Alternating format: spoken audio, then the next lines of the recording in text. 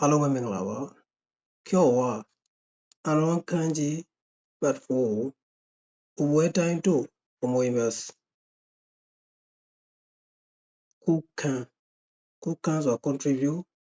ထောက်ကူပြုတာရှုဆိုင်ဆိုတာ collect data သတင်းယူတာသတင်းစုဆောင်းရှုတခုဆိုတာ a question ရယူတာရှုတခုဆိုရယူတာရှုမိကတော့ ဝါသနာ hobby ရှုခိုးဆိုတာ advice ဆိုတာအကြံဉာဏ်တွေစဉ်းစားပြီးတော့ဖန်တီးလိုက်တဲ့အရာတွေအဲ့ဒါတွေကိုရှုခိုးလို့ခေါ်တာbonjourဆိုတာ sentence စာကြောင်း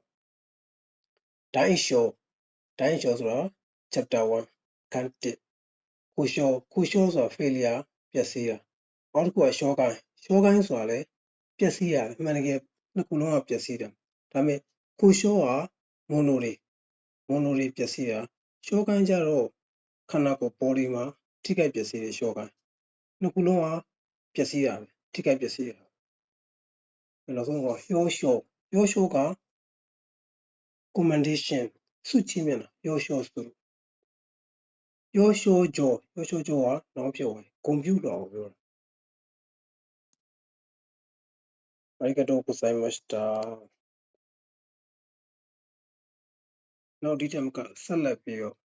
တင်မှာဖြစ်လို့ like subscribe နဲ့ share လေးお願いします